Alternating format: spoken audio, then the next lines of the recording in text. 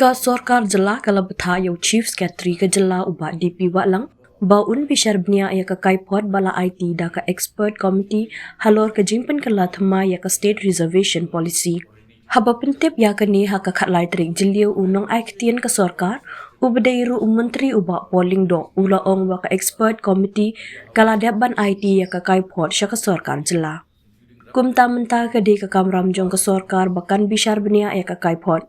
kumtaru ngila aibor ya Chief Secretary ke jela lembat ki he officer bakin kmi bnia ya ka kaiphod ula benram haba penpau baka kaiphod ke dei ke babun bat ka berben bha uba pol ula ong baya ke jingken tho lingkot ha ka baya dei bat ka kaiphod lawan ra hapo ke jingelang jong ka kenhun menteri ya ka kaiphod ke bapura onsawan ra ha kami yakran hapo ka ying dorbar thau an ke jela ka ban salong hau benai nai lur arhajar usan ula pentip shushu ka expert committee bala khli da justice retired mul chan gar ka dei ka bala thong da ka Sorkar jela ha ka khat artari unai lur arhajar arpulai na ka bentaban bishar biang ya ka reservation policy ka jela hadin ka jingdawa ban penkela na ki babun balang report on the reservation policy committee of officials which were identified by the government of Meghalaya. All these members of the expert committee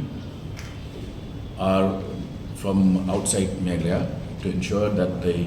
come up with an actionable plan of action.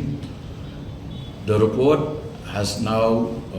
been received by government of Meghalaya. It is now incumbent that the government studies this report. So we have